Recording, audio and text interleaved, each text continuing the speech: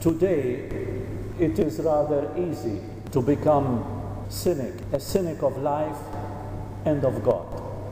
Because you look around, you hear the news, you read the papers, and you don't see more than injustices, poverty, sickness, anger, violence, crimes. You look around and you see only a bleak picture of life. And you ask an important question. Where is God? Where is He? And so it's easy for us to become indifferent and cynic and look at this life with many question marks, with many doubts, with great difficulty, because we see a lot of depression around us, we see a lot of anger and violence around us. And we, as being human, we too are influenced by this ambience, by this way of living. And so we ask God, where are you? It is the same picture that we read in the first reading today in the Old Testament.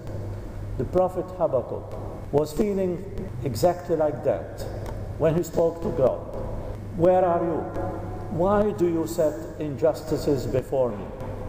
Why do you look on when there is tyranny around?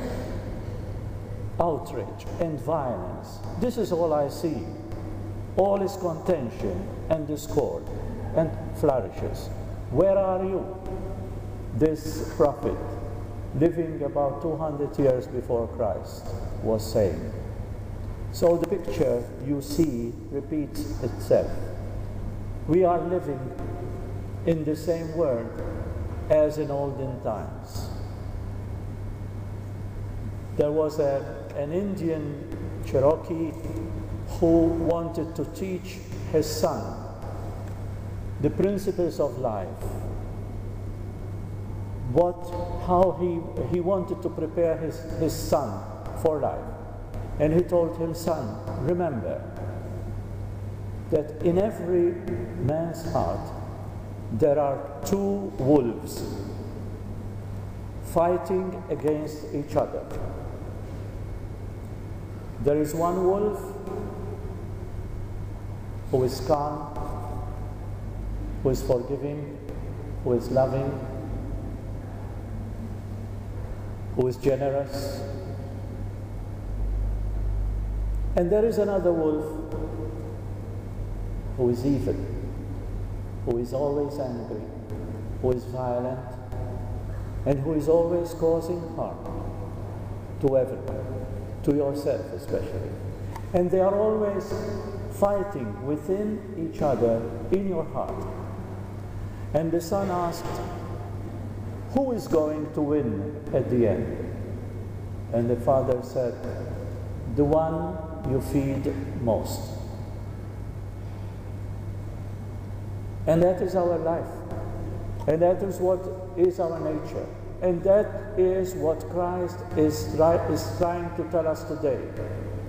Feed your heart with the power that we have heard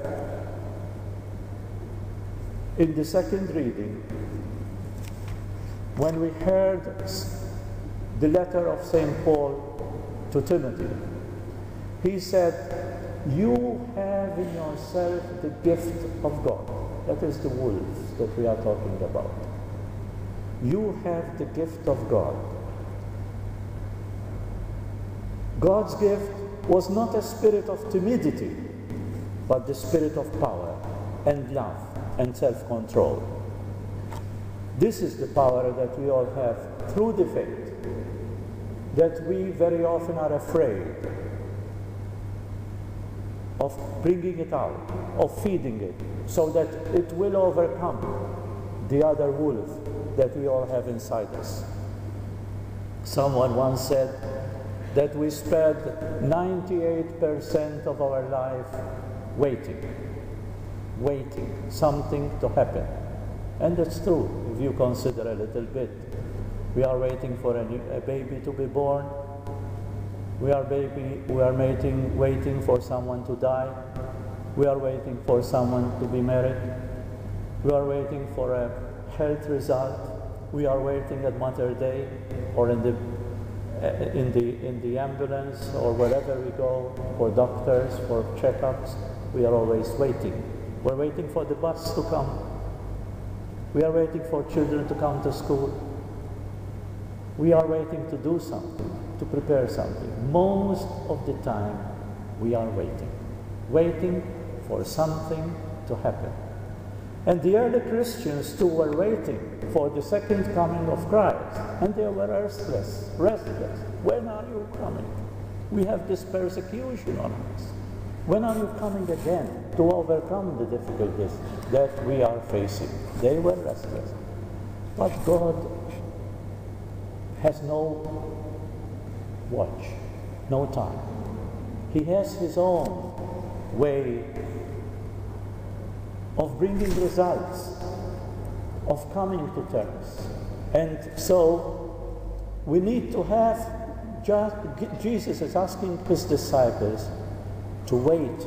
Don't be afraid of waiting, and to have faith that at the end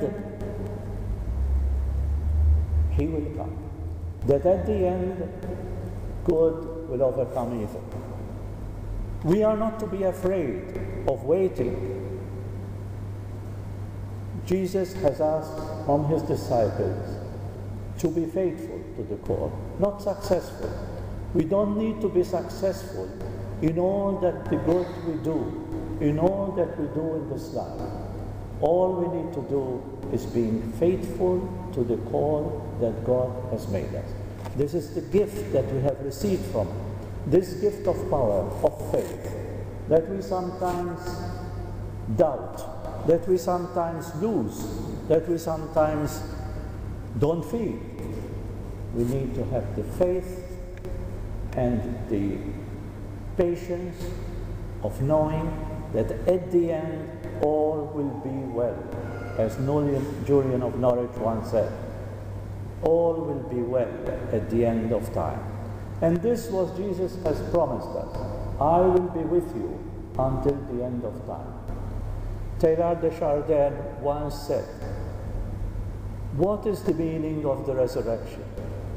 The meaning of the resurrection is to believe that God has overcome evil. That good will always overcome evil. That whatever the picture that we get from the CNN or whatever news we hear or we read is not as bleak as it looks. And that at the end, the good that exists in the world will be overcome. De Chardin continued to say, we might not reach the end of this second coming of Christ. We might not be present for this second coming of Christ. But we are all called to be the link in that big chain of faith that we need to carry from one generation to the next, to the other, of the good news that we have received, of this faith that we are living, to live it to the full, so that our children and our children's children will be waiting too, as we are waiting for the second coming and for good to overcome evil, but at the end it will happen. This is the faith that Jesus is asking His disciples to live, that we truly believe that the Word of God will become truth, that at the end we will all overcome evil, and that in the Word there will be justice, there will be love, there will be compassion. So we are all called to live this faith. We are all called to live this positive attitude in life. We are called to live it in the life. This is the faith. Faith is not a personal thing. Faith is not private. Faith is to live it, to overflow, and to give it to others, so that others will be infected, others will be touched, and others will live it. So our prayer today is like that of the apostles. Increase our faith. Let's say it together. Lord, increase our faith.